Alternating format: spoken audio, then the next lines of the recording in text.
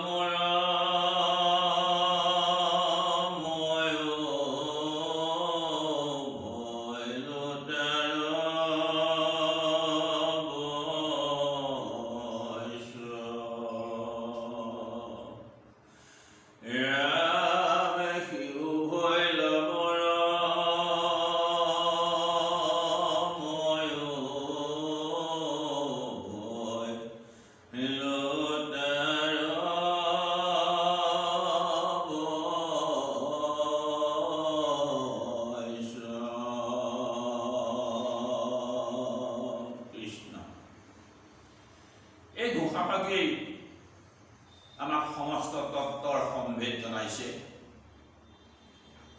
ভগৱন্তই তেওঁৰ এই কথা অৰ্জুনক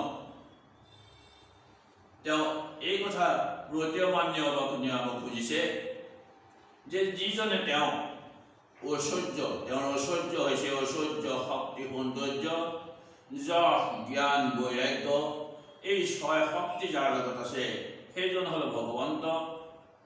আৰু বিভূতি, তেওঁ যি বিভূতিৰ কথা কৈছে, যি শ্ৰেষ্ঠসকলৰ লগত থকাৰ কথা প্ৰকাশ কৰিছে, প্ৰথমে আমাক জ্ঞান দান দিবৰ বাবেই এই বিভূতিৰ কথা প্ৰকাশ কৰিছে। কিন্তু ইয়াৰ অন্তত ভগৱন্তই কৈছে যে আমাৰ যিহেতু শ্ৰেষ্ঠ জীৱ এই মানৱ জাতি, আমি মানৱ জাতিক আমি সকলোকে যদি এক ভগৱন্তময় দেখিব পাৰোঁ, তেতিয়াহ'লে শ্ৰদ্ধা আৰু ভক্তি যেতিয়া হৃদয়ত জাগৃত হ'ব, তেতিয়াহ'লে মোক ভকতে জয় কৰিব পাৰিব। আমি চাৰিমুখী জীৱৰ ভিতৰত আমি সকলোকে এক ভগৱন্ত জ্ঞান কৰিব পাৰিব লাগিব। এই চাৰিমুখী জীৱৰ ভিতৰত আমাক সদ্যহতে মনুষ্য যিহেতু জীৱশ্ৰেষ্ঠ, মনুষ্যসকলক আমাক ভগৱন্ত জ্ঞান কৰিবৰ বাবে ভগৱন্তই এই নিৰ্দেশনা প্ৰদান কৰিছে। আমি যিহেতু শাস্ত্ৰ, আমি এটা গ্ৰন্থৰ আকাৰত যিহেতু আমাৰ উপলব্ধ হৈছে, যিহেতু বেদব্যাসৰ পূৰ্বে কোনো শাস্ত্ৰই গ্ৰন্থৰ ৰূপত উপলব্ধ হোৱা নাছিল। এই শ্ৰুতি জ্ঞানৰ পৰম্পৰাক ভাঙি যিহেতু বেদব্যাসে 4 বেদ, ব্ৰহ্মসূত্ৰ, মহাভাৰত, ভাগৱত, গীতা প্ৰণয়ন কৰিলে। আৰু এই শাস্ত্ৰৰ জৰিয়তে যিহেতু আমাৰ এই অন্ধবিশ্বাসত পৰি থকা এই জীৱ সমস্তক পৰমাত্মাৰূপী ভগৱন্তৰ সাক্ষাৎ দৰ্শনৰ সুবিধা, য'ত আমাৰ সাধনা আৰু য'ত আমি চিৰশান্তি লাভৰ বাবেও আগবাঢ়ি যাব পাৰোঁ, তাৰ উপদেশ আমাক দান কৰিছে একমাত্ৰ এই শাস্ত্ৰসমূহে, যি শাস্ত্ৰ বেদব্যাসে প্ৰণয়ন কৰি লোকহিতকৰ বাবে তেওঁ এৰি থৈ গৈছিল। আৰু সেই শাস্ত্ৰসমূহ তেওঁৰ এই সুযোগ্য সন্তান শুকমণিক তেওঁ পঢ়ুৱাইছিল আৰু শিকাইছিল, যাতে পৃথিৱীত প্ৰচাৰ হয়। সেয়েহে শুকমণিৰ দ্বাৰাই মহাৰাজ পৰীক্ষিতক যিহেতু ভাগৱত শাস্ত্ৰ শ্ৰৱণ কৰালে, আৰু যি কাৰণত শুকমণিৰ দ্বাৰাই পৰীক্ষিত ৰজাই শ্ৰৱণ কৰাৰ চলেই মহাভাগৱত শাস্ত্ৰ যিহেতু পৃথিৱীত প্ৰকাশ হ'ল, ঠিক তেনেদৰে এই শাস্ত্ৰ যিহেতু প্ৰণয়ন কৰি থৈ গৈছে বেদব্যাসে, এই শাস্ত্ৰ অধ্যয়নৰ জৰিয়তে আমাৰ এই অন্ধবিশ্বাসত মজি থকা, এই অজ্ঞানত মজি থকা এই জীৱ সমস্তই শাস্ত্ৰ অধ্যয়ন কৰি ভগৱন্তৰ ওপৰত বিশ্বাস ৰাখি শ্ৰদ্ধা সহকাৰে তেওঁক যদি উপাসনা কৰিব পৰা যায়, তেতিয়াহ'লে আমি চিৰশান্তি লাভ কৰিব পাৰিম।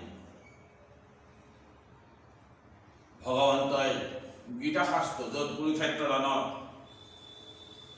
য'ত ধৰ্মৰ জয় আৰু অধৰ্মৰ পৰাজয়ৰ সূচনা কৰিবলৈ কৌৰৱ আৰু পাণ্ডৱ সমস্তক তেওঁ কুৰুক্ষেত্ৰ ৰণভূমিলৈ লৈ গৈছিল, য'ত কুৰুক্ষেত্ৰ সেই ধৰ্মক্ষেত্ৰ, অন্য ক'তো নাই। ধৰ্মক্ষেত্ৰখন হৈছে আমাৰ এই দেহটোৱেই। যদি আমি এই দেহটোকে কুৰুক্ষেত্ৰৰ পৰা ধৰ্মক্ষেত্ৰলৈ আমি পৰিৱৰ্তন কৰিব পাৰোঁ, আমি এই অহংকাৰ ৰূপী আমাৰ দুৰ্যোধন দুঃশাসনকে আদি কৰি এই অহংকাৰ ৰূপী এই বীজবিলাক আমি আঁতৰ কৰিব পাৰিলে আমাৰ এই কুৰুক্ষেত্ৰখনেই হৈ পৰিব ধৰ্মক্ষেত্ৰ। গতিকে এই গীতা শাস্ত্ৰ এনেকুৱা এটা শাস্ত্ৰ, যিভাগ শাস্ত্ৰৰ কথা কৈছে যে সৰ্বোপনিষদো গাবু দুগ্ধা গোপালনন্দন। এই গীতা শাস্ত্ৰত ভগৱন্তই কি কৰিছে যে গীতা শাস্ত্ৰভাগক এজনী গাই গৰুৰ লগত তুলনা কৰিছে, আৰু এই গাই গৰু খীৰাইছে কোনে? দুগ্ধা হৈছে ভগৱান কৃষ্ণ। আৰু ইয়াৰ পোৱালিটো, গাইজনীৰ পোৱালিটো হৈছে অৰ্জুন, যিজন নৰৰূপে ভগৱন্তৰ অৱতাৰ লৈ পৃথিৱীলৈ আহিছে, সেইজন হ'ল অৰ্জুন। গতিকে কৃষ্ণই অৰ্জুনৰ আগত কোৱাৰ চলেৰেই অৰ্জুনে কৃষ্ণক একান্ত গুৰু হিচাপে তেওঁ মানি লৈ তেওঁ কৃষ্ণৰ পৰা সকলো কথা যেতিয়া আয়ত্ত কৰিবলৈ যত্ন কৰিছিল, আৰু তেতিয়াই এই গীতাৰ প্ৰচাৰ হৈছিল, আৰু গীতা আহি পৃথিৱীত প্ৰকাশ পাইছিল। গীতা এনেকুৱা এটা বস্তু। গীতা কি? একং শাস্ত্ৰম দেৱকী পুত্ৰ গীতম। এখনেই শাস্ত্ৰ, যিখন শাস্ত্ৰ দৈৱকী পুত্ৰ কৃষ্ণই তেওঁৰ মুখেৰে গাইছিল, তেওঁৰ মুখৰ পৰা নিশ্চিত হোৱা এই ভাগ হ'ল গীতা শাস্ত্ৰ। যে অমৃত বাণী, এই গীতা শাস্ত্ৰ আমি অধ্যয়ন কৰিলে একমাত্ৰ গীতা শাস্ত্ৰতেই তেওঁ কৈছে যে সকলোৱে মোকেই ভজা।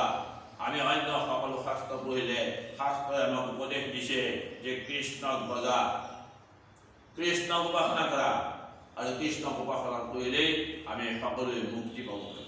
কিন্তু গীতা শাস্ত্ৰত আহি কৃষ্ণই কৈছে যে মই কৃষ্ণ, মোকেই তোমালোকে ভজা, আৰু মই সকলো বিপদৰ পৰা তোমালোকক ৰক্ষা কৰিম। এতিয়া সেইজন দেৱ, আমি য'ত নামঘোষা শাস্ত্ৰত পাইছোঁ যে সমস্ত মস্তক মানে নিজৰ ভকতৰ অৱশ্য ভজো হেন দেৱ যদুপতি। সকলোৰে মস্তক মণি সেই যদুপতি কৃষ্ণ, সেইজনে পূজন এক দেৱ দেৱকী পুত্ৰ এব, এজনে দেৱতা, সেইজন হৈছে কোন? দৈৱকীৰ পুত্ৰ কৃষ্ণ। আমি তেওঁকেই আমি উপাসনা কৰিব লাগিব, তেওঁকেই বুজিব পাৰিব লাগিব, আৰু আমাক শাস্ত্ৰই সেই উপদেশে প্ৰদান কৰিছে। আৰু আমাৰ মন্ত্ৰ, কৃষ্ণক ভজাৰ মন্ত্ৰ কি? একো মন্ত্ৰস্তস্য নমামি জানি। আমাৰ মন্ত্ৰ সেই এভাগেই, কি? যিটো সত্য। সত্যই হৈছে আত্মা। গতিকে আৰু কি কৈছে যে কৰ্ম অপেক্ষিতস্য দেৱস্য সেৱা। আমাৰ কৰ্ম কি? আমি সেই কৰ্ম যিজন কৃষ্ণ আমি তেওঁৰ প্ৰতি আমাক উৎসৰ্গা কৰিব পৰাটোৱে হ'ল আমাৰ কৰ্ম। আৰু সেয়েহে অৰ্জুনৰ প্ৰতি কৃষ্ণই উপদেশ প্ৰদান কৰিছে যে অৰ্জুন, তুমি জপ কৰা। কি জপ কৰিবা? ওম। ওম হৈছে পৰমাত্মা, পৰমাত্মাৰ নামেই হৈছে ওম। তুমি জপ কৰা আৰু মোক ধ্যান কৰা। তুমি ওম জপ কৰা আৰু মোক ধ্যান কৰা, আৰু তেতিয়াই মই তোমালোকৰ এই নৰ সমাজত যি দুখ সুখ সকলো আছে, সকলো দুখৰ পৰা মই সকলোকে উদ্ধাৰ কৰিম। সেয়েহে গীতা শাস্ত্ৰত কৃষ্ণই অৰ্জুনৰ আগত কৈছে যে সৰ্ব ধৰ্মান পৰিত্যাজ মামেকং শৰণং ব্ৰজ অহং ত্বং সৰ্ব পাপেভ্যো মোক্ষয়িষ্যামি মা শুচ। হে অৰ্জুন, তোমালোকে সকলো বাদ দি একমাত্ৰ মোকেই ভজা, মই সকলো বিপদৰ পৰা তোমালোকক উদ্ধাৰ কৰিম। গীতা শাস্ত্ৰতেই কৃষ্ণই যি আমাক উপদেশ দিছে, আৰু গীতা শাস্ত্ৰত যি উপদেশ, এই উপদেশ আমি গ্ৰহণ কৰি লৈ কৃষ্ণৰ পৰা আমাৰ দূৰত্ব কমাব লাগিব। আমি এই দূৰত্ব কমাবলৈ হ'লে শ্ৰদ্ধা আৰু বিশ্বাসৰ জৰিয়তে, আৰু আমি একমাত্ৰ কৃষ্ণই যে স্বয়ং, কৃষ্ণই যে আমাৰ ত্ৰাণকৰ্তা, আমি সেই কথা আমাৰ অন্তৰত জাগৃত হ'ব লাগিব। আমি যে স্বতন্ত্ৰ নহয়, আমি যে পৰাধীন, আমাক যে নিয়ন্ত্ৰণ কৰোতা এজন আছে, এই কথা আমাৰ অন্তৰত জাগৃত হ'লে আমি একমাত্ৰ ভগৱন্তক বিশ্বাস কৰি ভগৱন্তৰ চৰণত আমি শৰণ গ্ৰহণ কৰিব পাৰিলেই ভগৱন্তই আমাক যে উদ্ধাৰ কৰিব, ভগৱন্তই যে আমাক বিপদৰ পৰা মুক্ত কৰিব, আমাৰ জীৱই যে মুক্তি পাব, সেই কথা কৃষ্ণই বাৰে বাৰে তেওঁ শাস্ত্ৰৰ জৰিয়তে প্ৰকাশ কৰি গৈছে। কৃষ্ণ প্ৰভুসকল, আজি দুআষাৰমান গীতাৰ তত্ত্বৰ কথা দুআষাৰমান প্ৰকাশ কৰি আমি আমাৰ পৰ্যালোচনা আজি ইমানতে সামৰণি মাৰিছোঁ।